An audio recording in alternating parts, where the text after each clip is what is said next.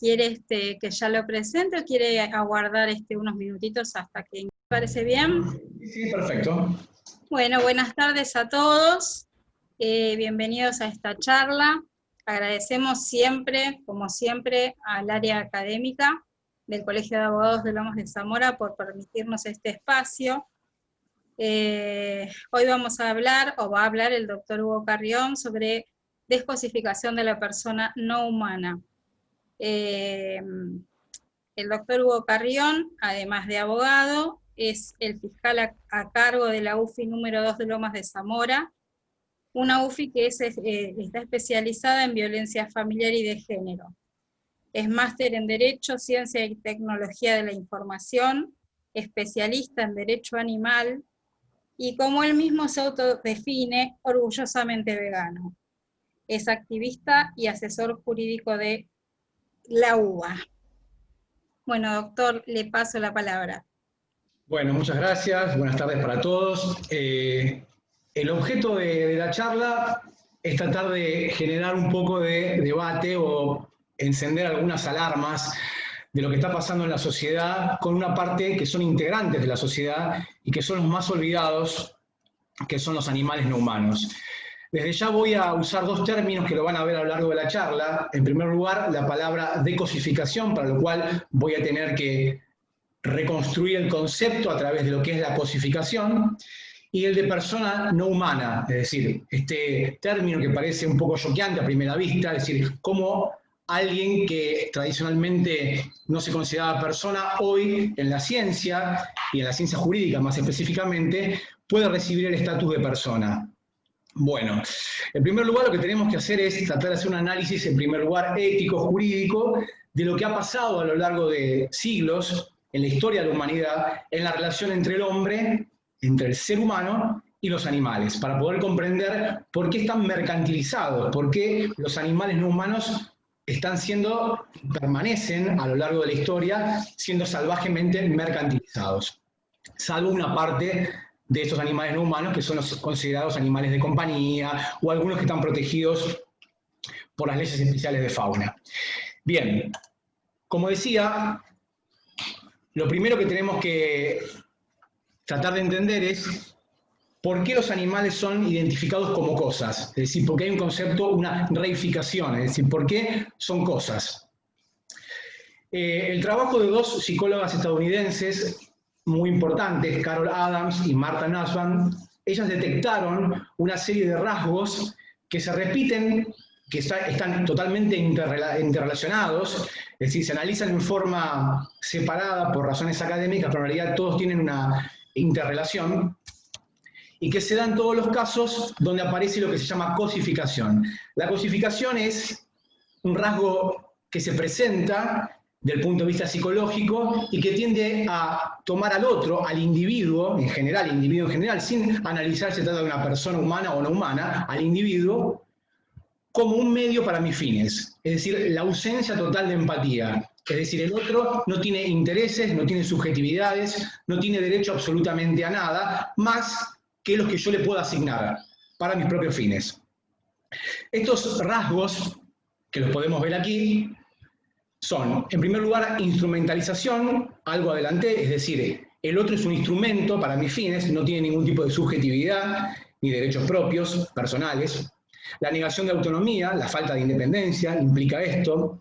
La inercia, es decir, la continuidad del avasallamiento de los derechos del otro. La fungibilidad, que es intercambiable, es decir, se puede intercambiar uno por otro, es decir, ese individuo no tiene valor más que como un bien fungible. La violabilidad, que es la falta de dignidad e integridad en ese otro, es decir, le niego cualquier tipo de derecho subjetivo esencial, particularmente la dignidad y la integridad. La negación de la subjetividad, lo dije, lo anticipé, es decir, la falta de cualquier tipo de derecho subjetivo de parte de esta persona, de este otro. La reducción al cuerpo, es decir, el otro es simplemente un cuerpo, esto se ve muy claramente en el caso de la dominación patriarcal y en el caso del abuso a las mujeres. La reducción a la apariencia, la mujer deja de ser, por ejemplo, una mujer en su integridad, con toda una visión, una cosmovisión de lo que implica, para reducirse a una simple apariencia, un cuerpo. Y el silenciamiento que se produce, es decir, la otra persona no tiene derecho a expresar lo que le pasa, es muy común en los casos de abuso sexual, donde se produce este pacto de silencio entre víctima y victimario, y a veces en los casos de abuso intrafamiliar, donde todos callan y recién se conoce el evento disvalioso muchísimos años después cuando se rompe ese pacto de silencio, que funciona a nivel de un mecanismo psicológico perverso donde la víctima se posiciona en el lugar del responsable, es decir, una suerte de que si yo fui abusado o abusada, fue porque algo debo haber hecho, algo debo haber motivado en el agresor. Bien, en todos los casos, estos rasgos psicológicos se aplican claramente no solo en el caso de, por ejemplo, que lo vemos muy puntualmente en el caso de violencia de género, es decir, con lo que dije, con la dominación patriarcal, con esa exigencia que de lo que se requiere, donde la dominación patriarcal requiere de la mujer en la sociedad actual, y con claridad se puede ver en los animales. Hay un paralelismo, por eso se dice claramente que el maltrato animal es la antesala de la violencia de género. Ya Kant decía claramente que una persona que, por ejemplo, es malo o es agresivo o lastima a un animal, ponía el ejemplo de un perro, muy probablemente, si asesina un perro, muy probablemente el próximo escalón sea matar a un ser humano. No tendría ningún inconveniente, porque acá hay ausencia de empatía, colocarse en el lugar del otro. El otro no tiene ninguna validez, no tiene ningún interés ni consideración moral, más allá de la que yo le quiera otorgar para mis propios fines.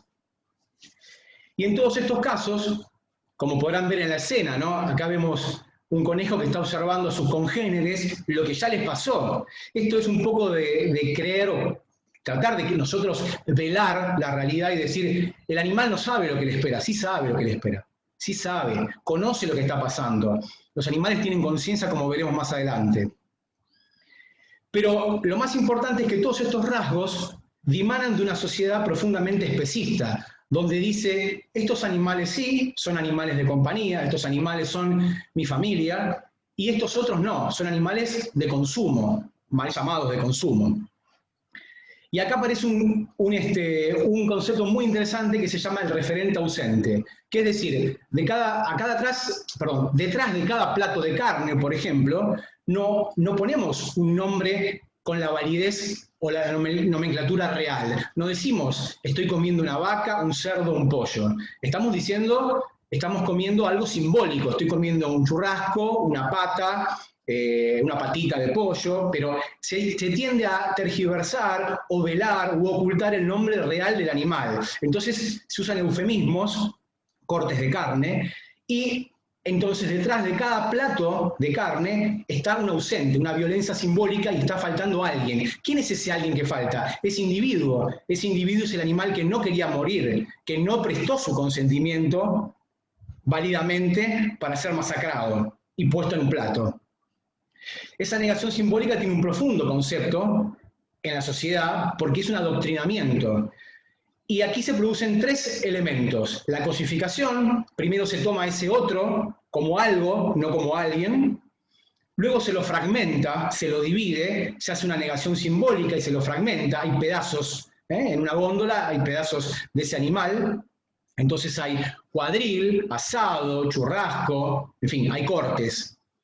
Y después, antes del consumo, yo le agregaría algo más, que es el adoctrinamiento. El adoctrinamiento especista es lo que hace funcionar a nivel de pautas de publicidad, a nivel de difusión a través de las escuelas, la universidad, la familia, los medios de comunicación en general, donde se hace un adoctrinamiento en función de que estos no son alguien, son algos que se pueden consumir, son productos que están en el comercio. Entonces, se lo fragmenta. Luego se hace la publicidad, donde se pone también imágenes que generan un impacto y que se aceptan como una objetividad. Es decir, la realidad no es cuestionada, se produce una objetivización de esta realidad y se acepta como tal en la sociedad. Entonces aparece la foto en una carnicería de una vaca sonriente, de un pollo alegre, y se dice granja feliz.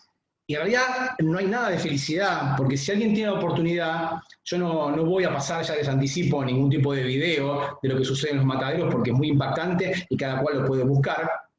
no es el objetivo de la charla impactar con golpes bajos, sino tratar de hacer entender a través de los mecanismos psicológicos y sociológicos que funcionan y que no nos permiten ni siquiera cuestionar esta realidad. ¿Y quiénes somos los que tenemos que cuestionar la realidad? En primer lugar, los abogados, porque los abogados somos producto de la cultura. Las leyes son un producto cultural. Todo el ordenamiento es un producto cultural. Y nosotros tenemos que lograr, si es que existe esta posibilidad, generar cambios de paradigmas sociojurídicos, que ya están perimidos, que la sociedad no los admite más o ha evolucionado a un punto tal donde no es tolerable negar estos derechos. Y ya veremos que también nos auxilia en esto la ciencia. Bien, con esta perversa trinidad, la cosificación, la fragmentación, donde se produce la dicomatizar, es decir, separar en partes en lo que es el lenguaje, separar en partes físicamente, lo que hacemos justamente es hacer que esta persona que va a consumir este animal, que no prestó su consentimiento, claramente olvide que detrás de esta porción, de este fragmento, había una persona no humana que sufrió y que no quiso entregar su cuerpo voluntariamente.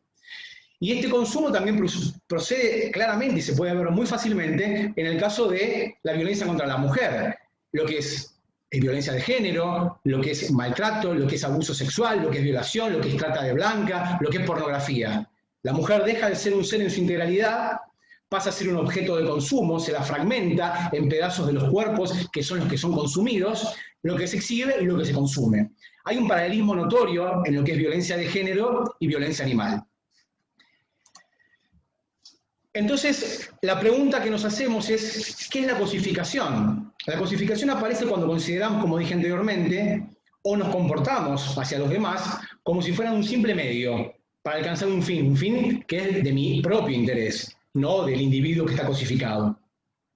Y abstrayéndome de que ese individuo tenga derechos, necesidades, intereses a ser tenidos en cuenta en igualdad de condiciones. Es decir, esto es claramente es el especismo.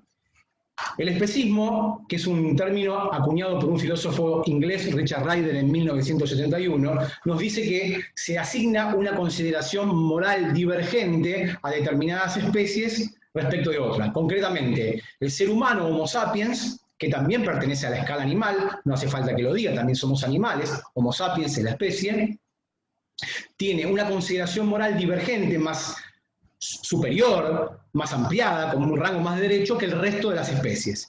Y esto da a luz lo que se llama antropocentrismo moral, es decir, el ser humano es el eje, el centro de todos los derechos morales que existen. Los demás están subordinados a lo que quiera el hombre hacer con esos derechos. Y de esto mismo van a ser un concepto que luego es lo que yo le llamo adoctrinamiento especista. El carnismo es una suerte de, o un cúmulo de creencias, ideologías y adoctrinamiento que está inserto en la sociedad en forma velada, a veces en forma velada, a veces subyacente, a veces expresamente, en la cual se trata de adoctrinar que hay una obligación, una conminación a la ingesta de carne, a la utilización y a la explotación de las especies animales por una sola, el Homo sapiens. Esto es un concepto que desarrolló la doctora Melanie Joy, psicóloga de la Universidad de Massachusetts, en la cual justamente lo que dice es, se nos hace creer, o se nos hizo creer a lo largo de la historia, con determinados conceptos y determinadas ideologías y creencias, que explotar animales y comer animales es normal, natural y necesario. Y veremos que esas 3 Ns son falsas, o por lo menos así lo entendemos nosotros.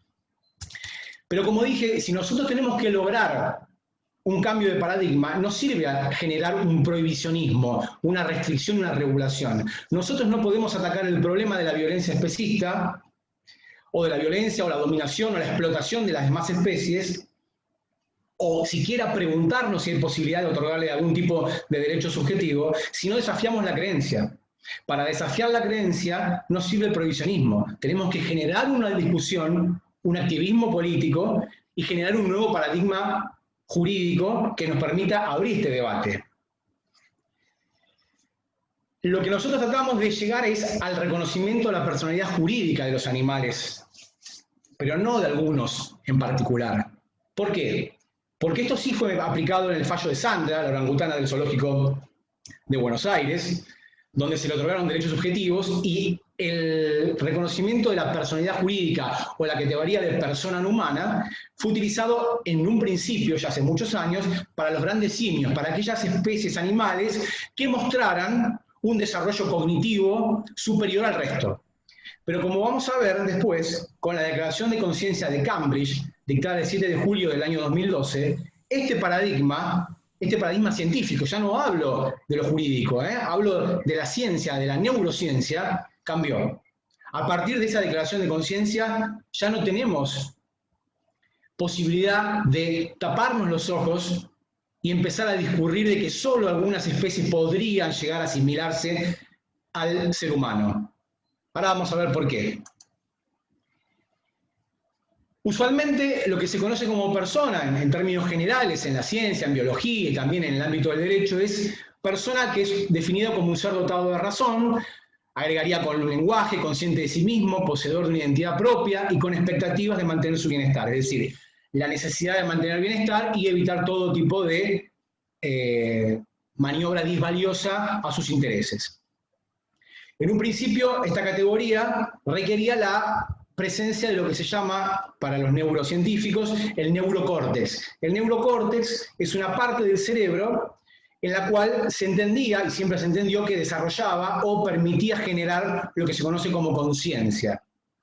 A partir de la Declaración de Cambridge, que como ya dije, del 7 de junio de 2012, se llegó a la conclusión, los más eminentes neurocientíficos y neurobiólogos del mundo se juntaron en la Universidad de Cambridge y llegaron a la conclusión, luego de muchísimos debates y de estudios y de evidencia aportada al efecto, que la ausencia de neurocórtex no parece impedir que un organismo experimente estados afectivos. Y afirman, los humanos no son los únicos en posesión de sustratos neurológicos que generan conciencia. Los animales no humanos, incluyendo todos los mamíferos, los pájaros y muchas otras criaturas, también poseen estos sustratos neurológicos. Uno de los redactores, o el principal redactor de la Declaración de Conciencia, es el doctor Philip Lowe, que es un neurocientífico canadiense, asesor en el gobierno de Barack Obama, asesor de la NASA y CEO de Neurovigil, una empresa de muy avanzada tecnología en materia neurobiológica. Doctor, ¿lo puedo interrumpir un segundito? Seguimos con la primera filmina. ¿Usted fue pasando las filminas? Sí, estoy en la segunda. Ah, no, está la primera. Sigue la primera, todos estamos viendo la primera. Bueno. A ver si podemos hacer que pase a la segunda. ¿Esta, la de los animales? ¿La ven? No, tenemos decosificación. Bueno. De la persona no humana, esa es la que se ve. Me fijo.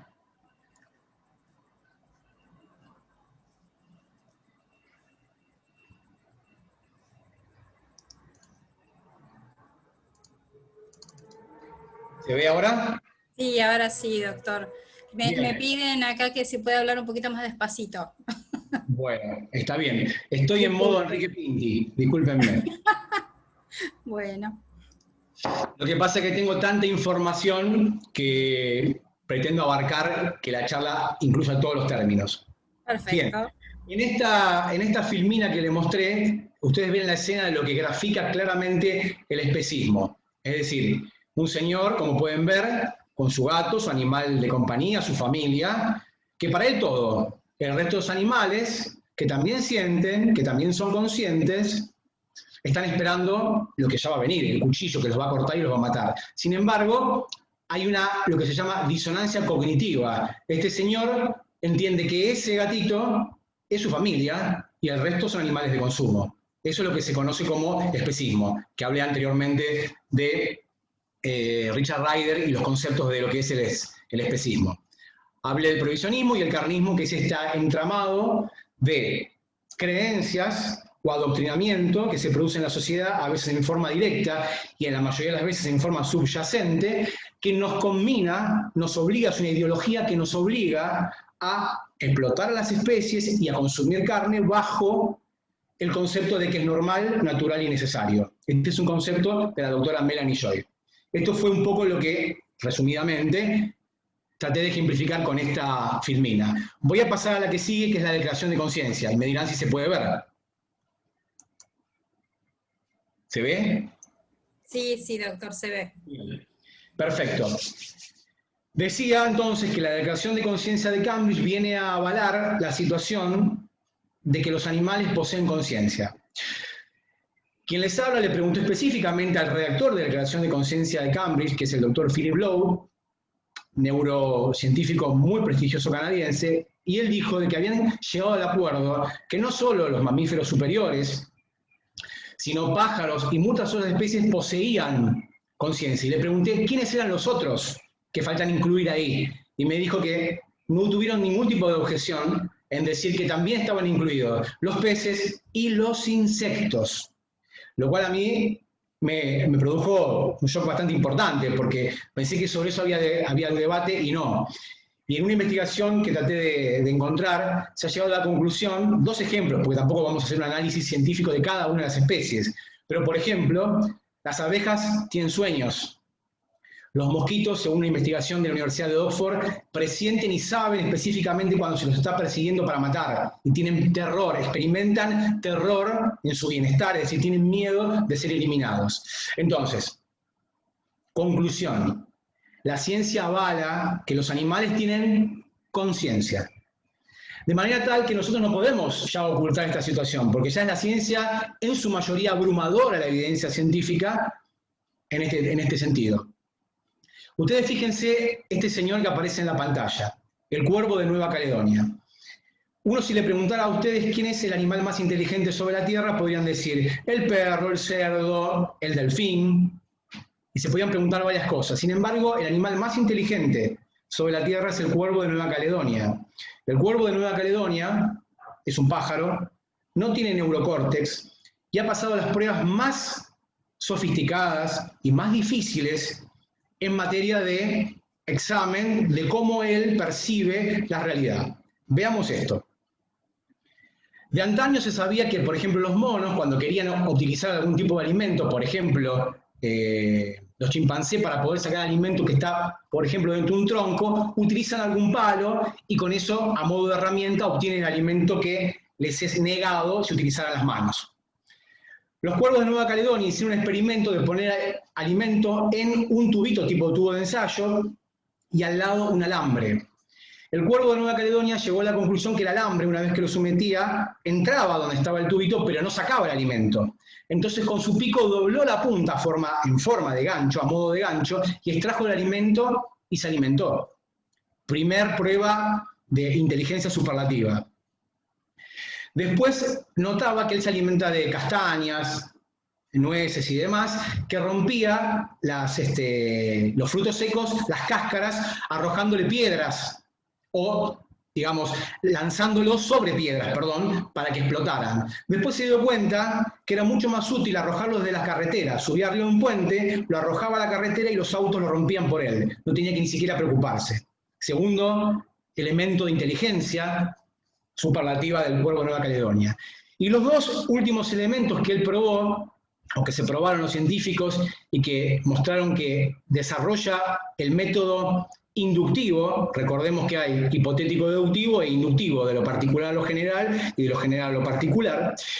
El señor cuervo de Nueva Caledonia lo pusieron en una jaula donde él entraba voluntariamente, es decir, estaba abierta, y había alimento sobre un ladrillo. En uno de los extremos de esa jaula había una cortina, como una cortina de ducha, de baño, y un agujero.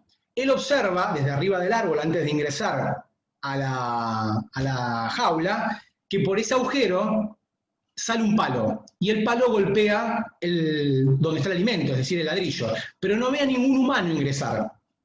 Entonces lo que hace es, se mete y come mirando siempre hacia el lado donde está el agujero, a sabiendas de que posiblemente ese movimiento, esa secuencia, ese palo que sale por ese agujero, implica lo que se conoce en experimentación como el agente causal oculto. No se ve, pero lo supone, hace una deducción. Y cuando ese palo no aparece, más allá de que no haya visto salir a nadie o entrar a nadie, él supone que no lo van a golpear y se da vuelta. Es decir, hace dos deducciones en función de lo que ve sin ver a la gente. Es decir, las ramas que se mueven, la tela que se sacude, pero no ve si realmente hay algo. Y hace una deducción. Esto es impresionante a nivel de inteligencia y el señor no tiene neurocórtex. Bien. Paso a la siguiente. ¿Se ve los animales en la consideración histórica? Sí, doctor, se ve perfectamente. En algún momento, no lo pregunto, si en algún momento no se ve la filmina de lo que estoy hablando, me lo hacen saber. Bueno, bueno. ¿Qué pasa con los animales en la consideración histórica? ¿Cuáles serían las tres fuentes principales en las cuales se basaron o se sostuvieron, si se quiere éticamente, los motivos por los cuales se pudo sostener la explotación animal? En primer lugar, la costumbre de muchos pueblos de las primeras etapas de la vida humana, en la de conseguir comida de la caza y la pesca y posteriormente de la ganadería. La verdad es que los 12 millones de años antecesores a la llegada del Homo sapiens, es decir, el Homo erectus, y el anterior, todos los colmillos que fueron examinados en ese momento, todos los dientes que fueron examinados en este periodo, muestran lo que sería la presencia de un omnívoro. La realidad es que principalmente, y esto lo sostiene Alan Walker, un prestigioso antropólogo y primatólogo inglés, es que estos seres, digamos, antecesores al ser humano, al Homo sapiens, eran básicamente frugívoros. Primero porque la fisiología que tienen, si bien es una fisiología interior, biológicamente interna, omnívora, no quiere decir que todo le resultara adecuado para su fisiología en lo que es la anatomía. La carencia de garras, la carencia de colmillos para cazar, la velocidad, la anatomía, no le permitía perseguir, como lo hace un carnívoro, cazar con sus garras y desgarrar y comer a corazón latiente, sangre, músculo, ano, huesos, no lo puede hacer. El hombre tampoco lo puede hacer. Luego aparecieron los rudimentos de las primeras herramientas, las primeras armas, y empezó a cazar. Y luego con la ganadería y el desarrollo de la ganadería industrial, más todavía. Pero la realidad es que fisiológicamente el hombre, originariamente, era más bien frugívoro. Y un evento puntual fue el de la glaciación, que es decir, ese momento donde casi no había nada verde sobre la Tierra, donde tuvo que intervenir a incorporar proteína animal a su dieta, pero no cazando, porque nunca pudo cazar, salvo con la llegada de las primeras armas. ¿Qué hacía? Era carroñero, oportunista, utilizaba lo que dejaban los carnívoros más importantes de comer y lo que dejaban lo consumía e incorporaba en ese periodo puntual de la historia humana, la glaciación, donde no había mucha vegetación, para incorporar proteína animal. Concretamente, Alan Walker sostiene que el ser humano tiene un 99,9% de compatibilidad de ADN con el gorila. El gorila no tiene problema de diabetes, de colesterol, de hipertensión, de Alzheimer, de cáncer, de diabetes, absolutamente de nada. Tiene los valores de calcio, B12, todo perfecto, y solo come plantas, brotes, frutas. Y nadie puede poner en duda la fuerza de un gorila. Bien, perdón, me pasé.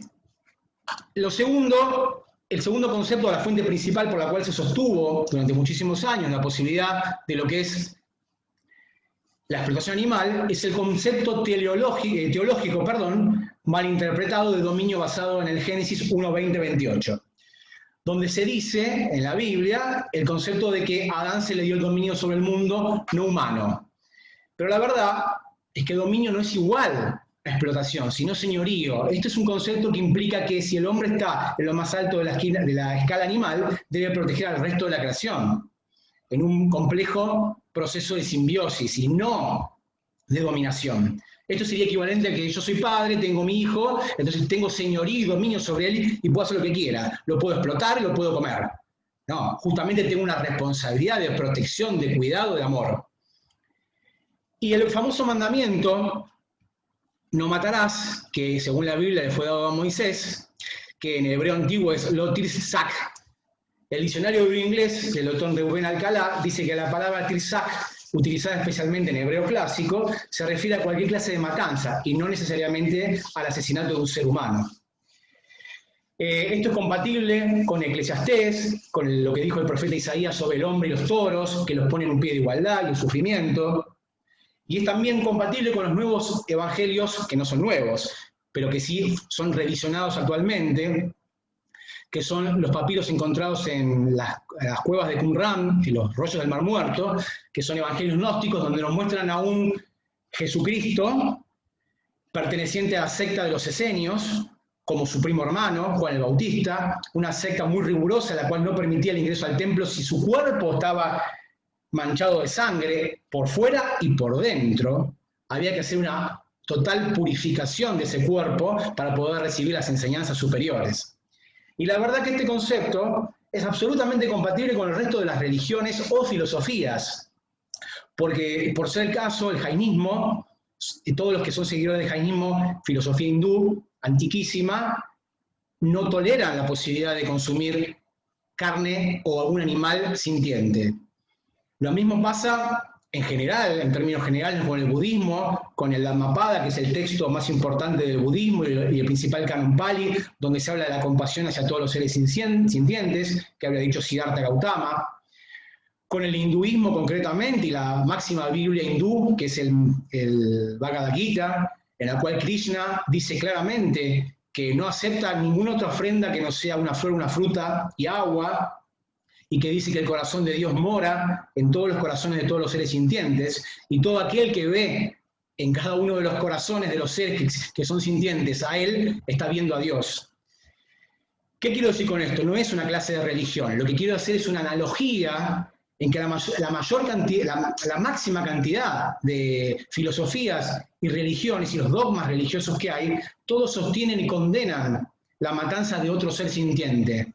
Lo que pasa es que puntualmente, y lo que tiene que ver con la religión católica, puntualmente católica, no digo cristiana, digo católica, es que con el primer concilio vaticano y Constantino a la cabeza, quien disfrutaba muchísimo de la carne, del vino y las orgías, él permitió muchas cosas, como que Jesús pudiera ser el Hijo de Dios, una serie de circunstancias, los milagros, la resurrección, pero una cosa sola pidió, que no se tocara el tema de los animales. Lo cierto es que los investigadores actuales, y puntualmente el mayor exégeta bíblico del Vaticano, Monseñor Canziani, en su libro Jesús fue vegetariano, llega a la conclusión que durante los primeros 300, si no más años del cristianismo primitivo, los primeros cristianos eran absolutamente vegetarianos, no consumían nada de carne. Y luego con el Concilio Vaticano, el primer concilio, se cambia a esta situación y se incluye la posibilidad de matar animales.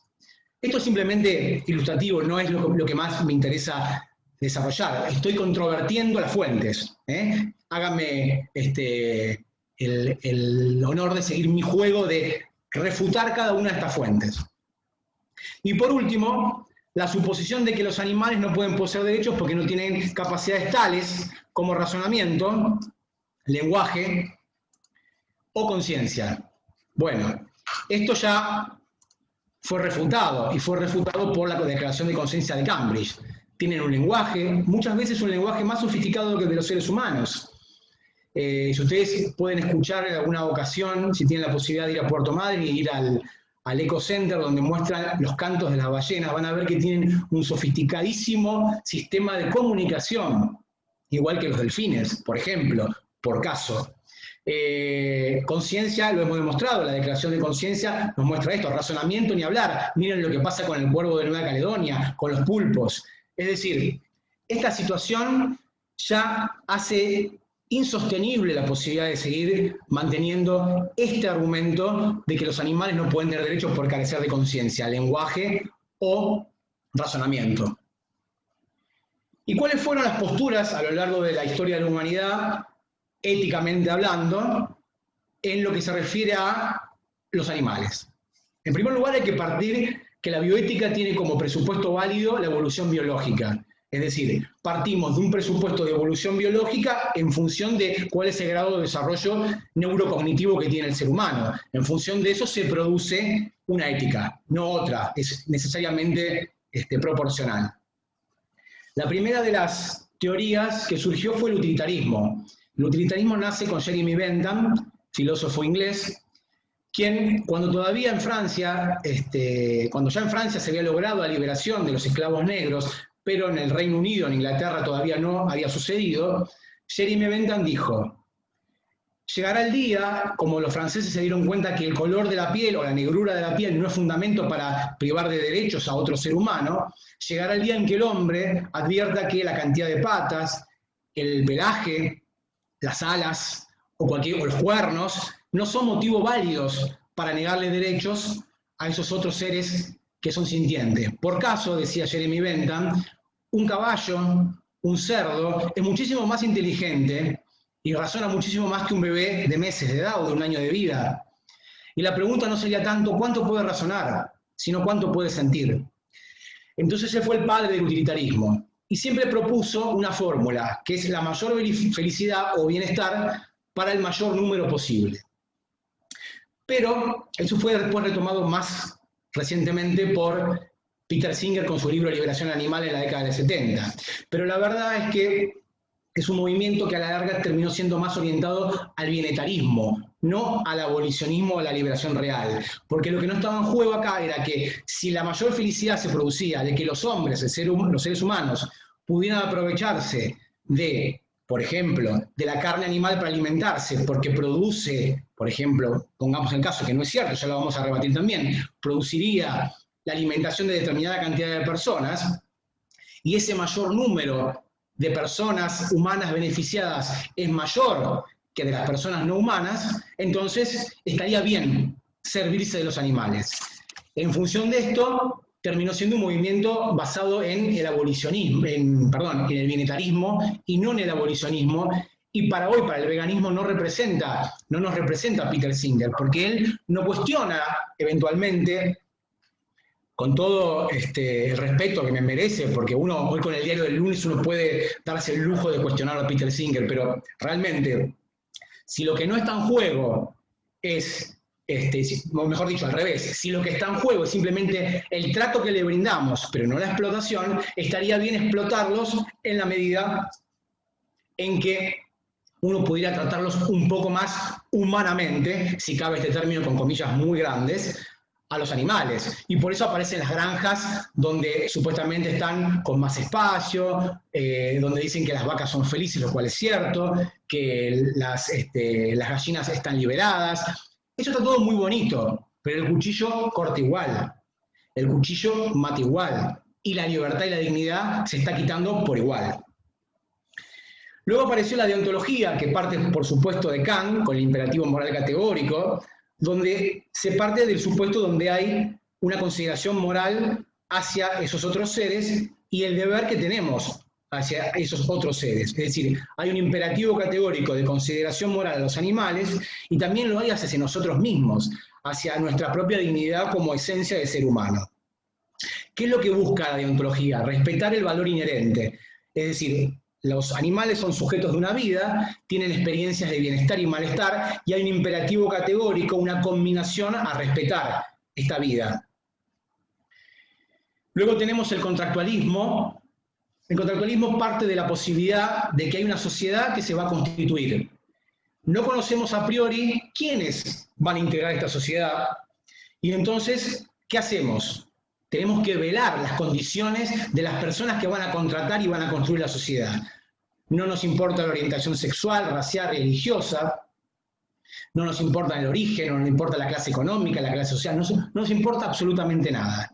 Y en ese velo, que se llama velo de la ignorancia, porque desconozco casualmente cuáles son las características de estas personas, de estos individuos que van a contratar y van a formar la sociedad, no hay ningún obstáculo lógico-jurídico para incluir la pertenencia a la especie. Es decir, no me importa ninguna de las condiciones que mencioné anteriormente, ni tampoco la pertenencia a la especie. Y entonces en el contractualismo se contrata y se da derechos a todos ellos en base a este velo de la ignorancia. Y todos los que forman la sociedad y la integran, incluidos animales no humanos, pertenecen a esta sociedad y pueden gozar de estos derechos, que en principio son derechos básicos, esenciales, Son derechos subjetivos esenciales, que se parten de la premisa de que son derechos negativos. No quitar la vida, no quitar la libertad, no quitar la dignidad ni la integridad. Es decir, no estamos pidiendo que los animales tengan derecho a acceder a Internet, que puedan votar, que se puedan casar. No ese es el interés. La especie tiene derechos subjetivos básicos, que es lo que se busca con el reconocimiento de la personalidad jurídica. Que justamente fue lo que dijo los catedráticos de Toulon. La Declaración de Toulon, en Francia, es una respuesta jurídica a la Declaración de Conciencia de Cambridge. Ellos dicen que a consecuencia de que los animales, todos los animales humanos tienen conciencia, es imperativo modificar este proceso de reificación, de cosificación, y eliminar y dejar de ver a los animales, jurídicamente hablando, como cosas para otorgarle una personalidad jurídica. Una personalidad jurídica acorde a esa conciencia y a ese grado de necesidad que ellos tienen, que no es otra que se respete su vida, su libertad y su integridad. Por último, tenemos el igualitarismo. El igualitarismo parte de una repartición igualitaria de valor o bienestar entre todos los individuos, con una demanda de prioritarismo, es decir, reducir la desigualdad y tratar de que se mejore la situación general de todos, pero siempre dando prioridad a los que más sufren.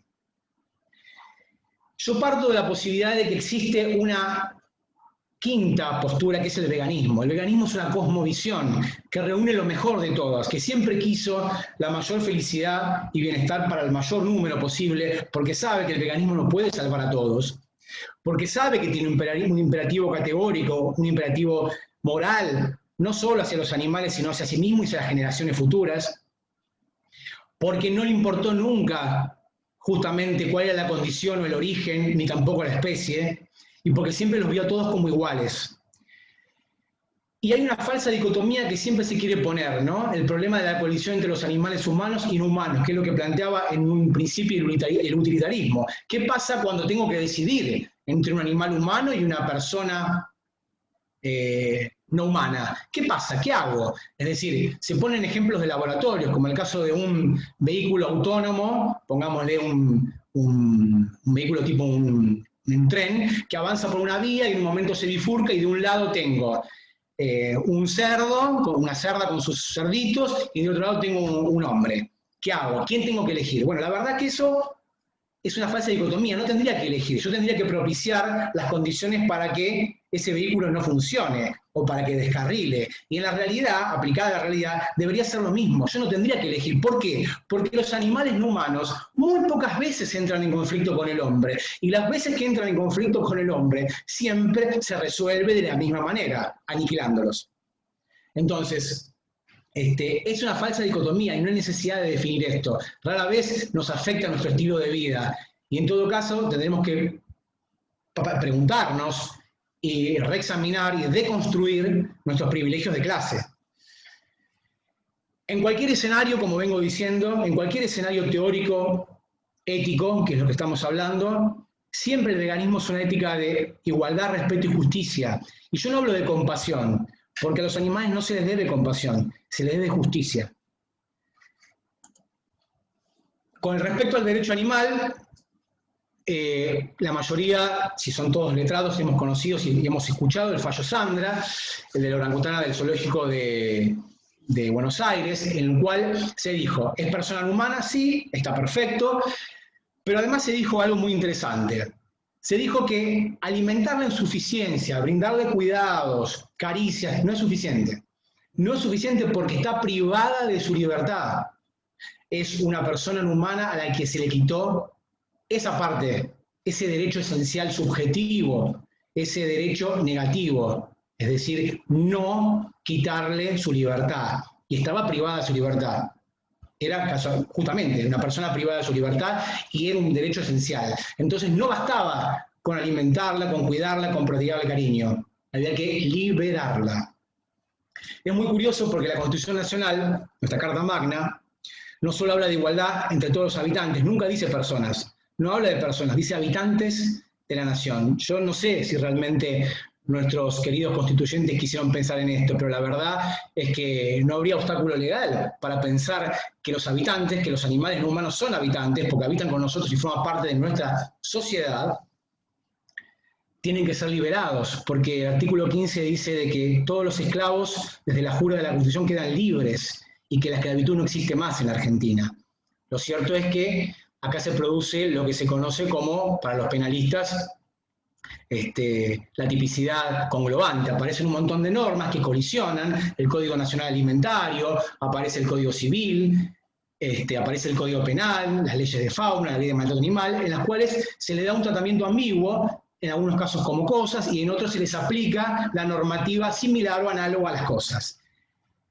Pero la verdad es que la Constitución Nacional, por el artículo 31, tiene supremacía sobre el derecho interno. Entonces me tendría que preguntar, o nos tendríamos que preguntar, si esos habitantes hoy no deberían estar liberados. Como dije en el derecho comparado, la Declaración de Toulon, los animales deben ser considerados universalmente como personas y no como cosas. Eso dicen los catedráticos de la Universidad de Toulon como respuesta a la Declaración de Conciencia de Cambridge del 7 de julio del año 2012. Después tenemos la Declaración Universal de los Derechos Animales, que bueno, los invito a leerlos porque si no sería muy larga esta disertación.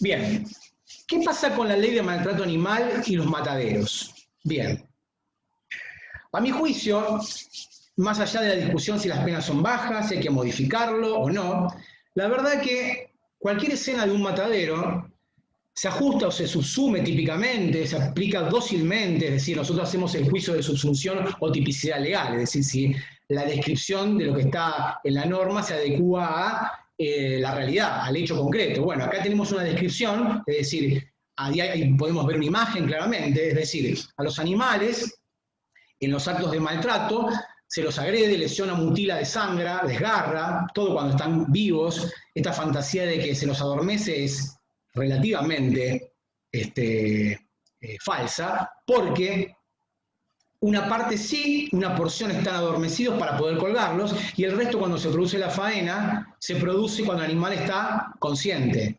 Patalea, llora, vomita, incluso se defeca encima, o se orina encima, grita, patalea. Y cuando me dicen del consentimiento, ¿cómo expresan los animales su consentimiento? De esa manera. El cuerpo habla. El cuerpo está diciendo que no quiere entrar en ese pasadizo de la muerte hasta llegar al sector donde está el martillo neumático o el martillo eléctrico, la pistola eléctrica, y donde se lo cuelga y se lo desgarra. No quiere entrar. Entonces, el cuerpo está claramente manifestando que no presta su consentimiento para esa maniobra. Y como decía la tipicidad legal, si ustedes miran el artículo 3 de la ley 14.346, dice que serán considerados actos de crueldad practicar la vivisección con fines que no sean científicamente demostrables y en lugares o por personas que no están debidamente autorizadas, o mutilar cualquier parte del cuerpo de un animal, salvo el acto que tenga fines de mejoramiento, marcación o higiene. Bueno, esto sucede en los mataderos a diario. Obviamente el Código Alimentario lo autoriza, se produce lo que se llama la tipicidad conglobante, que es lo que nos ha enseñado alguna vez el doctor Zaffaroni en su Tratado de Derecho Penal, y entonces pareciera que está permitido por el derecho positivo, pero la verdad es que aplicamos la ley de maltrato animal a estos animales que son animales de compañía, nos conmovemos por el perro que es despellejado vivo por su mal llamado dueño o compañero, o porque es arrastrado por una camioneta, o porque un lorito está en una jaula de 2x2, pero la verdad es que esta escena no difiere en absoluto con la descripción que hace la ley, y a la vez con lo que está pasando el animal siente de la misma manera que los otros, sufre de la misma manera y jamás prestó su consentimiento. Como dije anteriormente, nosotros lo que tenemos que tratar de lograr es generar un nuevo paradigma ético-moral. Como dije, el derecho es un producto cultural que responde a las pautas de conducta de una sociedad generalmente consensuada en un momento determinado. Entonces nosotros los abogados, los que pertenecemos al mundo del derecho, tenemos que confrontar estas creencias. No tenemos que tomar la realidad como objetivizada, como un producto dado. Tenemos que cuestionar estas creencias, tenemos que ver si es acorde a la evolución. Tenemos que ver si este paradigma actual de la explotación de las especies sigue siendo vigente, tiene validez cultural. Y aquí hay que poner bien en claro, nosotros no queremos medidas bienetaristas. Si puede ser un paso, es un paso, pero no es esto lo que buscamos, porque éticamente es incorrecto. Es decir, si es incorrecto matar a una persona o abusar de una persona, lo es aunque lo haga de la mejor manera posible. No hay forma de hacerlo de la mejor manera posible. ¿Cómo puedo violar a otro de la forma más dócil, la mejor manera, de la manera que le cause menos estrés? Estoy abusando de la otra persona, estoy lesionando a la otra persona, le estoy quitando su dignidad, su integridad y hasta su vida, y no en forma agradable, si se quiere, o que produzca bienestar. Por eso, acá pueden ver en esta filmina claramente cuáles son la contracara de lo que es la liberación animal y lo que es el bienestar animal, ¿no?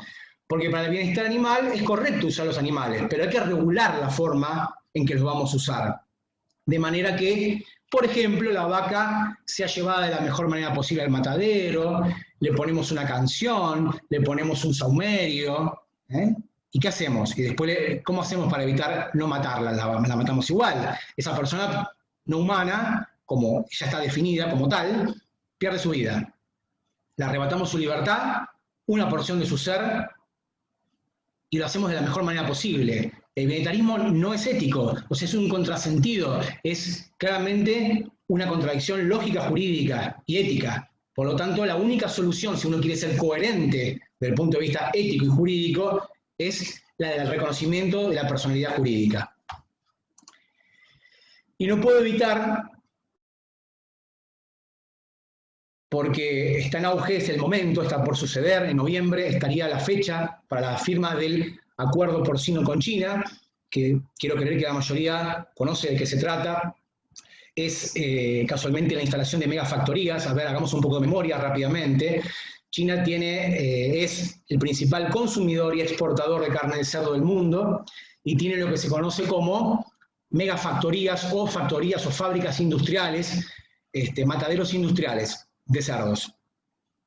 Como en el año 2018 y 2019 perdieron más de 300 millones de cerdos por la gripe porcina africana, es decir, una enfermedad que si bien no, por ahora, no es transmisible al ser humano, sí contagia a los cerdos y no permite la venta, los tuvieron que sacrificar, que concretamente los tiraron a pozos gigantes, los tiraban vivos y los prendían fuego para deshacerse de esos animales que estaban contagiados. Pensaron en el socio estratégico de Argentina desde el año 1996 con el tema de la soja, porque recordemos que nosotros empezamos a producir, empieza el proceso de sojización, monocultivo, transgenia, agrotóxicos, a partir de 1996, para producir soja, no para consumo de las personas humanas, sino para los cerdos en China, básicamente, en su mayoría. Entonces, ¿qué pensó China? Que era justamente obtener a su aliado estratégico, que era la Argentina, y exportar esas megafactorías de cerdo a la Argentina, claramente. Este sería el proyecto que está en danza, que firmaría el Ministerio de Relaciones Exteriores en breve, en noviembre, y que a criterio de quien les habla vulnera el artículo 41 de la Constitución Nacional, porque afecta el derecho de todos los habitantes a gozar de un ambiente sano y equilibrado, no promueve ningún beneficio actual ni futuro, porque el rédito es para políticos y agronegocio. Las personas que trabajan en estas faenas, esto está avalado por el Centro de Control de Enfermedades de los Estados Unidos, son remuneradas por lo bajo, muy por lo bajo de un salario normal y mínimo en los Estados Unidos, es gente que son inmigrantes, algunos inmigrantes ilegales. Las megafactorías tienen un trabajo aberrante y enloquecedor, porque tienen que hacer 400 matanzas prácticamente por hora, en las cuales muchas de las personas que trabajan en esas faenas se cortan los dedos, sufren amputaciones, reciben enfermedades musculoesqueléticas, respiratorias, producto justamente del hacinamiento. Es decir, y quiero ser claro con esto, las enfermedades zoonóticas más actuales y que tienen en jaque a la humanidad, SARS, MERS, COVID, COVID-1, COVID-19, casi todas las enfermedades zoonóticas son eso, enfermedades de origen animal que están asociadas al hacinamiento y a la explotación de animales. De manera que, yo me pregunto, este confinamiento de 6 meses fue para la salud pública, está muy bien, podemos discutirlo, no, largo, la modalidad, está bien. Esto que va a suceder que va a ser una verdadera fábrica de pandemias, que sistemáticamente va a generar, porque eso está probado, ya lo ha dicho casi todos los departamentos de sanidad del mundo, que generan enfermedades transmisibles a los seres humanos, donde el manejo de las excretas, es decir, todo lo que es desechos de nuestros animales, va a parar a las cuencas hídricas, a la tierra y a la atmósfera. Recordemos La larga sombra del ganado, que es un documento de la FAO, que es la Agencia para la Alimentación y la Agricultura dependiente de las Naciones Unidas. Lo que es este documento se afirmó científicamente que la cría intensiva de ganado está destruyendo el planeta, que como mucho quedan 50 años y no se revierte la tendencia. Es el principal causante del cambio climático y de los gases de efecto invernadero. Genera la acidificación de los océanos, de las cuencas hídricas, agota los recursos no renovables, destruye la tierra, la compacta, genera monocultivo, que el monocultivo permite que la tierra termine de ser fértil para siempre. No se puede utilizar más esa tierra. Entonces yo me pregunto, ¿qué vamos a hacer cuando se quieran aplicar este acuerdo porcino con China? ¿Qué vamos a hacer jurídicamente si está violando el artículo 41 de un derecho a ambiente sano? La agricultura industrial intensiva se convirtió en la mayor amenaza para el ecosistema y el calentamiento global. Es uno de los principales impulsores de la degradación ambiental y la pérdida de biodiversidad mundial. El proceso por el cual se cultivan alimentos para dar justamente de comer a estos animales, claramente utiliza enormes, ingentes cantidades de fertilizante y pesticida. Ya sabemos qué pasa con los agrotóxicos. Y esto no es algo que estamos hablando, si se quiere, nos gusta hablar de conspiraciones. La Corte de San Diego dijo que el Roundup, que es el fertilizante de Bayer, de Monsanto, es cancerígeno, produce cáncer. Entonces, el combo es más sojización, más fertilizantes, más fósforo y nitrógeno en la tierra, más monocultivo, pérdida de la diversidad y del ecosistema, afectación de la salud pública, no de esta generación, de futuras generaciones. Y entonces no cabe otra solución que uno pueda expresar que viola la Constitución Nacional, que vulnera no solo los derechos de todos los seres humanos en función de tener derecho a un ambiente sano y afectar la salud pública, artículos 41 y 43 de nuestra Carta Magna, sino que vulnera en forma masiva los derechos de seres conscientes, de personas humanas, que son estos cerdos que para la ciencia tienen una inteligencia aproximadamente a un niño de 3 o 4 años. Las madres le cantan a sus hijos para que tengan una referencia, para que se duerman. Muchas veces estos animales nacen y viven toda su vida confinados en jaulas que apenas los cubren su cuerpo. Les arrancan los dientes y la cola sin necesidad y sin utilizar anestesia. Lo hacen justamente para que no se lastimen entre ellos y no se maten y sea más redituable. Pero la verdad es que la mitad de esos animales que son sometidos a estas extracciones y a estas aberraciones mueren en el proceso de shock traumático porque no le ponen anestesia. Entonces, quiero invitarlos a que reflexionemos sobre qué va a pasar con el acuerdo porcino con China, que no seamos una fábrica de la muerte, que no permitamos ser una fábrica de pandemias, que no permitamos que los derechos de estos seres sintientes sean vulnerados en forma sistemática, que no se convierta en un verdadero ecocidio, como se conoce hoy en la Corte Británica, a este tipo de megafactorías. Es un ecocidio, es decir, lo consideran un delito de lesa humanidad, porque si bien no es un ataque generalizado y sistemático hacia un grupo justamente de animales que son conscientes y que impacta en todo el ecosistema y en todos los seres humanos. Ahora sí retomo mi charla y quiero introducirlos en algunos conceptos para que vean que no hay obstáculo jurídico ni ético para reconocer derechos a los seres sintientes, animales no humanos y darle la categoría de personas o personalidad jurídica. Son personas no humanas. El derecho andino tiene una frase, un concepto que se llama summa causae, que significa el buen vivir. Esos reconocen derechos subjetivos a la tierra, como justamente la Constitución de Bolivia, a la tierra, a los ríos, a las montañas. Y si se le puede reconocer derechos subjetivos, ¿cuál sería justamente el conflicto legal, jurídico, para darle naturalmente ese reconocimiento, esa personalidad jurídica a los animales no humanos que son conscientes y sintientes? Ninguno. Y quiero hacer reflexión sobre lo que es la Tierra. La Tierra, para la teoría científica de Deep Ecology, la ecología profunda, o la hipótesis Gaia, que es más o menos similar, y más antiguamente la Pachamama, la Tierra en realidad no es, como nos hicieron creer, una enorme nave que el ser humano tiene que conducir románticamente a buen puerto. Todo lo contrario. Nosotros somos alguien más en esta nave que no tenemos más que producir relaciones o interrelaciones simbióticas, adaptarnos en un proceso complejo de sincronización con esta Tierra y no intervenir para modificar y alterar esos ciclos naturales de la Tierra. Entonces, en este complejo sincrónico de la que habla la ecología profunda y la hipótesis Gaia, tenemos que adaptarnos tratando de generar el menor daño posible, justamente para mantener esa biodiversidad y asegurar un futuro para las generaciones que vienen detrás.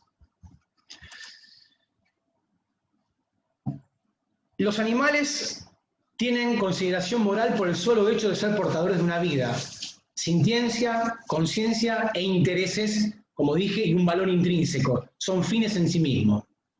No hay significativa diferenciación entre el valor o la consideración moral o el grado de inteligencia, lo decía Darwin, que era vegetariano por si no lo sabían, entre la inteligencia o el grado de razonamiento entre los animales no humanos y el humano. Decía que la diferencia era de grado, no de clase. Es decir, somos iguales en esencia, solo divergentes en presencia y en potencia. Tenemos un imperativo moral hacia los animales no humanos, hacia nosotros mismos y las futuras generaciones. No hay nada fútil en el universo, en la Tierra, nada es superfluo.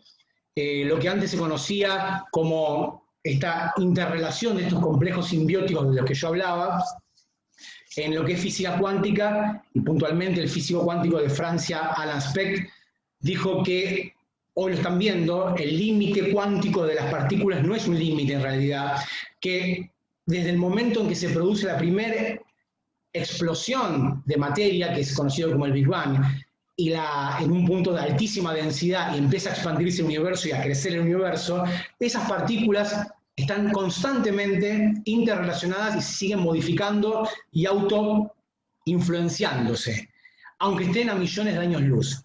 Eso, que parece algo de ciencia ficción, está demostrado científicamente por la ciencia cuántica. Y ya lo decían filósofos anteriores de la humanidad, lo decían, por ejemplo, Siddhartha Gautama, el Buda, decía que todas las vidas están entrelazadas. Esto que se llama hoy en física cuántica, entrelazamiento cuántico, nos muestra que no se puede alterar nada de la Tierra sin modificar otro aspecto de la misma.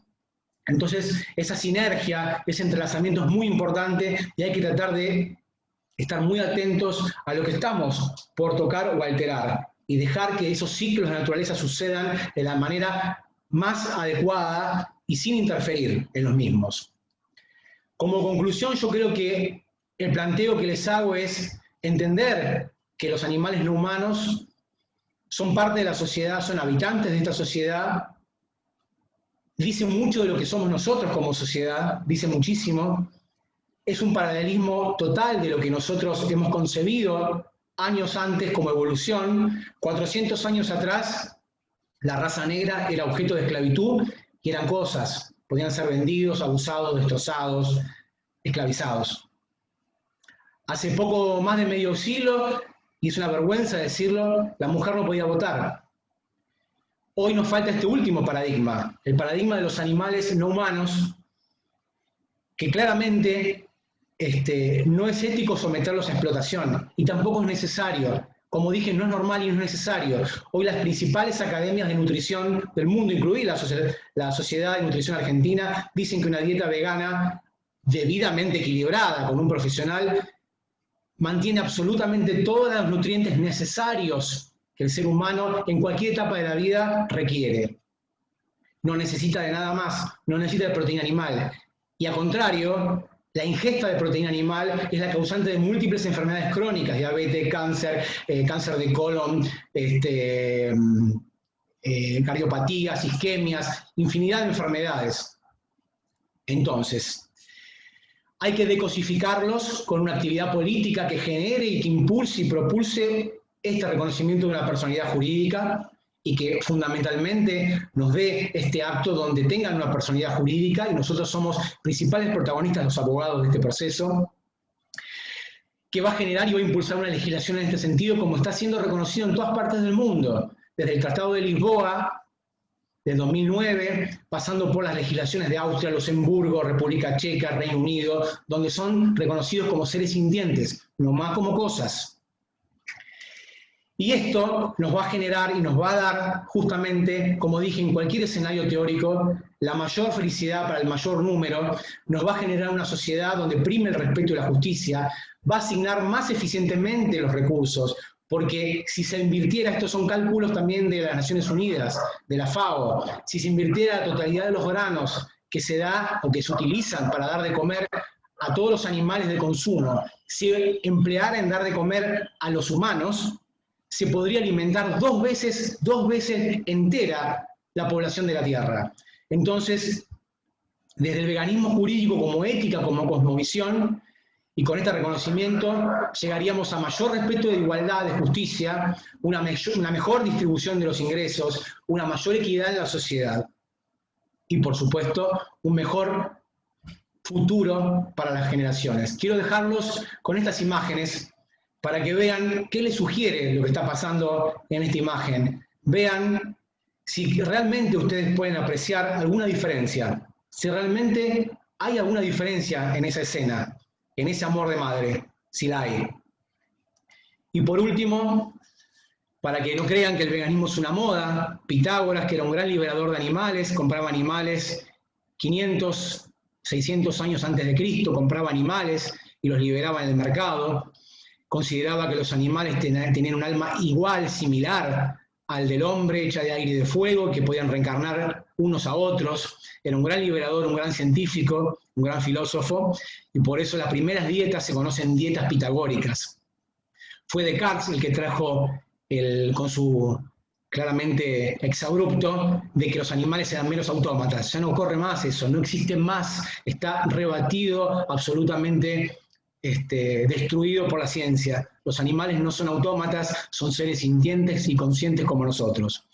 Y por eso el gran Leonardo decía, desde una gran edad temprana he rechazado el uso de carne y llegará el día en que hombres como yo verán el asesinato de animales como ven el asesinato de las personas. Así sea para todos. Muchísimas gracias por escucharme. Muchas gracias. Muchas gracias a usted, doctor. La verdad estoy un poco choqueada por el tema de la nueva, este nuevo proyecto de la exportación de los porcinos. Y esas imágenes me choquearon bastante. Si tienen preguntas, no hay problema para responder. Acá la doctora Aida Caballaro pregunta qué posición tenemos frente a la castración de animales con fines sanitarios. No, eso es una política de salubridad que obviamente hay un mal mayor y un mal menor. Claramente la situación que se produce con los animales no castrados es abandono, situaciones de enfermedades, de mayor maltrato y demás. Obviamente la política de castración son políticas que tienden a un bien superior y están absolutamente avaladas. Sí, por supuesto. Sí. Aparte, en las castraciones hay un veterinario de por medio, un médico, un profesional, se usa anestesia, o sea, no hay crueldad en eso. Acá Leonardo pregunta si castrar ya en gestación, o sea, el animalito en gestación. Eso me parece que es algo que tiene que definir claramente el profesional que lo va a hacer, el médico veterinario. Me parece que es algo que tiene que definir en el momento el médico veterinario, sopesando los riesgos y el estado de salud del animal. No me parece que sea algo que en el fondo pueda definir, que podamos definir nosotros. Pero no he profundizado sobre el tema, sobre ese tema. No me lo he planteado. Bien, otra de las preguntas es ¿cuál sería la manera correcta de dirigirse al mal llamado dueño del animal? ¿Dirigirse en qué sentido? Eh, Como dueño, que en vez de dueño, eso, algunos le dicen mis hijos. mis hijos, mi compañero, mi amigo, me parece que esa es la forma más adecuada. Mi familia, yo a mis animales, que no son míos, son animales, son personas no humanas que conviven conmigo, son mi familia. Mi gata es mi hija, mis perras son mis hijas, o sea, no hay mucho más discusión. Como son Bien, mis hijos humanos y mis hijas no humanas. sí, es cierto. Bueno, todos están muy agradecidos. Acá hay otra pregunta. ¿Qué opina respecto a la eutanasia? La eutanasia, Y por supongo que supuesto, también, sí, sí, cuando el será, animal está sufriendo y demás. Opina es cuando cuando un animal está en forma terminal, está muriendo, tiene alguna patología irreversible. Irreversible. Claro, El tema de la eutanasia había que plantearlo de la misma manera que se plantea la eutanasia de los humanos, o sea, la ética es la misma, no debería apartar, no tiene que haber una ética para los animales humanos y una ética para los humanos, es una sola ética. Yo creo que es algo que debe resolver la persona a la que se le pide esa decisión. No creo que haya una postura genérica para esto. Me parece que es muy difícil para aquel que tiene que resolver, o cuando el otro todavía es consciente y puede decir yo quiero. Me parece que cuando el que es consciente y lo quiere decidir sobre su cuerpo, me parece que no habría discusión. En la persona que el consentimiento está brindado libremente, creo que esa persona puede disponer de su cuerpo a sabiendas de que está sufriendo, a sabiendas que no tiene, que es irreversible su enfermedad. El problema sería cuando esa persona no es consciente y se requiere el consentimiento de un allegado, un familiar, y hay que tomar la determinación. Me parece que no habría reglas ahí, me parece que eso tendría que resolverlo puntualmente cada persona como una objeción o no de conciencia. No creo que se pueda dar una regla, pero sí quiero decir claramente que no puede haber una ética para los animales humanos y una ética para los animales no humanos. Tiene que haber una sola.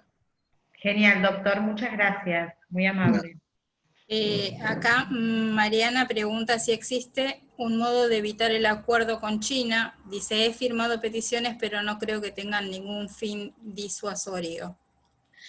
Lo que pasa es que todavía no se firmó y por lo tanto la instancia del amparo todavía no es viable, pero la idea es que las organizaciones ONG animalistas tienen ya pensado y ya redactado un eventual amparo en función de esta violación a estos derechos constitucionales 41, 43 de la Constitución Nacional, justamente si se firma el acuerdo. Pero como queremos concientizar y queremos que esta información llegue a todos lados y que eventualmente se pueda o se pueda evitar o se reflexione o que las autoridades, sean quien sea, sin color partidario, esto sería con el gobierno que sea, el que lo firme, nos vamos a oponer igual, no importa quién lo haga, porque está en juego todas esas cuestiones.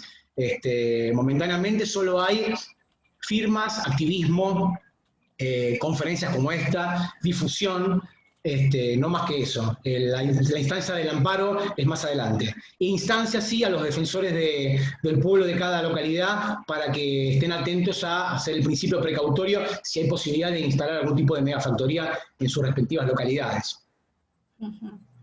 Bien, la doctora Ornella Ortiz dice qué es lo que piensa de la decisión judicial de determinar al perro como si fuese un arma impropia en una causa por robo, que hay un caso así. Lo están cosificando. Justamente deja de ser una persona no humana para transformarse en una cosa. Estoy totalmente en desacuerdo con eso. Más allá de que la responsabilidad pueda ser por carácter transitivo, por lo que es la representación o el mandato de la persona, la cual sería mal llamado el acompañante, el dueño, quien fuera, y la responsabilidad pueda recaer, no creo que se pueda agravar por el empleo porque sería justamente la dicotomía de utilizar al animal como una cosa y no es una cosa. Acá, a ver, hay una persona que dice, ¿qué se puede hacer en el caso de una mala praxis con un animal no humano? Acá estamos, bueno, a ver, nuestro derecho penal habla en el artículo 183 de lo que se llama el daño, y habla de las cosas y los animales, o sea, habla de propiedad, está en el capítulo de los delitos contra la propiedad. Entonces, claramente lo que nos está diciendo es que los animales son propiedad de alguien, con lo cual, si uno tiene que seguir a rajatablas la normativa argentina desde el punto de vista penal, uno podría hacer una causa desde el punto de vista del derecho penal. Y después, en el punto de vista de derechos civiles, por supuesto, hay resarcimiento en lo que es la temática de daños y perjuicios, o sea, una causa civil. Siempre se puede accionar. Lo que pasa es que, ¿qué pasaría si pudiéramos revelar? Por eso es que todavía no está. Lo que estamos tratando es abrir este juego de discusión jurídico donde podamos tratar a los animales ya no como propiedad de alguien, sino como individuos independientes con derechos subjetivos específicos. Pero en principio sí, esas serían las acciones más comunes en el derecho, en el ordenamiento positivo actual. Bien. Doctor, ¿usted prefiere que le haga yo las preguntas o que desbloqueemos todos los... No hay problema. Si no se superponen, no hay problema. Si quieren ir desbloqueando los micrófonos y ir haciendo ustedes mismos las preguntas, no tenemos problema, Liliana Piñeiro pregunta, ¿por qué se permite que se atiendan animales en veterinarias sin ser veterinarios? Desconozco eso. La verdad que no conozco si hay veterinarios falsos o pseudo veterinarios atendiendo. La verdad no lo conozco. Las veterinarias que yo conozco y los departamentos de zoonosis de Loma de Zamora y Almirante Brown que conozco, sé que hay profesionales. La verdad que no sé. Hay que denunciarlo, obviamente. Es un ejercicio ilegal de una profesión. Sí. Eliana pregunta, ¿quién podría presentarse legítimamente para impedir, por ejemplo, ejecución de perros considerados raza peligrosa que mató a una niña en un ataque del mismo? Seguramente es el caso ese del pitbull que mató a una niñita. Sí. Cualquier ONG animalista puede plantearlo. O sea, plantearse puede plantear. O sea, el tema es que, a ver, eso es una decisión que la toma eventualmente la municipalidad o la comuna como consecuencia final, no lo determina un fiscal eso. El fiscal puede imputar, por ejemplo, por homicidio culposo, por lesiones culposas al dueño del animal, pero la decisión no la toma el Poder Judicial, la tomaría eventualmente la comuna, la municipalidad, así que cualquier organización animalista que forma parte de la comuna podría presentarse. Bien. A peticionarlo. Bueno, ¿alguno tiene alguna? A ver, muy buena charla. Acá preguntan cómo proseguir frente al maltrato animal o abandono, ya que somos proteccionistas. El procedimiento es... El procedimiento está pactado desde la 911, denuncia ante la Fiscalía en turno, ley 14.346 de maltrato animal, o eventualmente si se modifica, plántense en el lugar hasta que llegue el patrullero con el 911, no se muevan del lugar hasta que llegue el patrullero, requieran a las autoridades, en este caso son al personal policial, que actúen, no se muevan del lugar, quédense ahí. Sigan los casos, sigan a los fiscales para que tomen la determinación de no reintegrar ese animal maltratado a los dueños, que ese animal maltratado no tiene que volver a los dueños, es equivalente a una persona que ha sido abusada, una niña abusada vuelve con su abusador, sería equivalente a eso. Eso no puede suceder. Entonces, esa actitud está absolutamente prohibida. Tienen que instalar, yo los conozco a los animalistas, son muy activos, realmente si no fuera por estas agrupaciones no se hubiera visibilizado tanto en los últimos tiempos el maltrato animal. Pero hay que seguir instando por eso, pero lo más importante es requerir que la autoridad inmediata, el primer contacto que tenemos, que es el llamado al 911, no se retire del lugar. Quédense en el lugar y obliguen a la policía a actuar, que tienen absolutos y legítimos derechos para hacerlo. Acá una pregunta. A ver, sí, pregunta. ¿Puedo? ¿Sí? ¿Quién tiene la potestad de sacrificar a un animal en el caso que estaban hablando del pitbull con el que agredió a esta chica o mató a esta chica? ¿Quién puede otorgarse la potestad del sacrificio de ese animal? Estimo que es una decisión administrativa de la municipalidad, eso es lo que yo entiendo. ¿Puede la municipalidad tomar esa decisión? Eso es lo que le pregunto, doctor. Yo soy de Almirante Brown y conozco perfectamente eso, no soy de acá de Almirante Brown. Sí. Voy con un caso así. Sí, ¿Cómo? Porque bueno, yo estoy con el tema de las castraciones de gatos, siempre tengo sí. hablando con todos los animales. ¿Puede la comuna, en ese caso tan complicado, ¿no? Porque es la vida de una niña, tomar esa decisión? Hay que ver, no conozco la normativa, las ordenanzas municipales que podían habilitarse. Evidentemente, si se lo tomaron es porque si quieren amparar alguna norma. Ahora, habría que ver si esa norma no colisiona con alguna otra de mayor entidad, como la ley de maltrato animal, o eventualmente uno podría hacer un planteo constitucional como el que yo estoy sosteniendo. Podría llegar a hacerse. Porque uno podría decir, ese animal podría estar confinado, como quien es un asesino y recibe prisión perpetua, pero no privarlo de la vida, porque la vida no está protegida por pactos internacionales en nuestro derecho constitucional. Teniendo en cuenta que, que la responsabilidad del animal, en un caso de un animal doméstico, que sea de un pitbull o un rottweiler, una raza que son razas de guardia, es responsabilidad del dueño, digamos, ¿no? La responsabilidad... La crianza, la educación del animal, porque es responsabilidad del dueño. Yo creo que ahí la condena más va al responsable.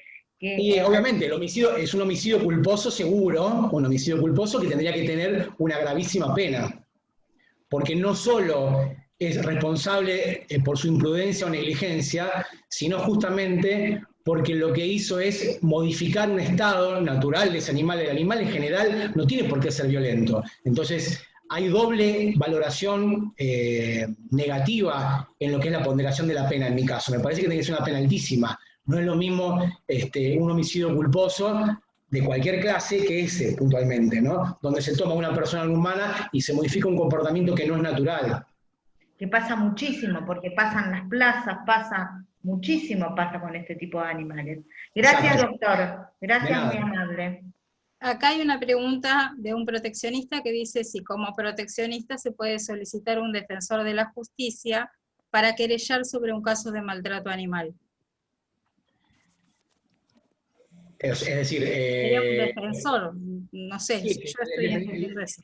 Un defensor oficial. Normalmente no se permite. Normalmente no. El defensor oficial defiende al imputado. En este caso no. Lo que sí, muchos abogados animalistas están representando los intereses de estos animales. Eso sí lo hacen, pero son abogados particulares. Sí. No está permitido por la ley del Ministerio Público que los defensores asistan desde ese lado. Claro. Eventualmente los fiscales somos los representantes de los intereses de la sociedad y de las víctimas. Entonces, eventualmente, el abogado de esa víctima son los fiscales. En este caso, yo soy fiscal de violencia de género, defiendo básicamente violencia familiar y de género, pero siempre estamos posicionados en el lado de la perspectiva de género para las mujeres. O sea, en cualquier situación protegemos a la mujer. Bueno, el que es fiscal animalista o que tiene el fiscal de maltrato animal tiene que posicionarse en defender al animal. No haría falta un abogado, más allá de que no hay ningún obstáculo, ningún óbice que vaya claramente un abogado particular animalista a defender la situación o representar los intereses de ese animal. Yo creo que en algún momento, así como en un momento se proyectó lo que hoy es Abogados de los Niños, en algún momento va a haber abogados de la defensa de los derechos de los animales. La doctora Ornella Ortiz dice la asistencia gratuita a la víctima de los colegios, dice, ojalá se amplíen para asistir a los derechos de los otros animales. Ojalá. Ustedes están haciendo un trabajo enorme en los institutos de derecho animal. Cada vez se amplía más el espectro de conocimiento, cada vez se está tomando dimensión de lo que implica el derecho animal y los derechos de los animales. Y gracias a gente como usted, doctor, que la verdad, un lujo esta charla. Bueno, muchísimas gracias. Estoy infinitamente agradecida. No, por favor, gracias a ustedes. Y espero tenerlo nuevamente dentro de poco. Con mucho gusto. Gracias, doctor, muy claro. Gracias. Muchas gracias. Gracias.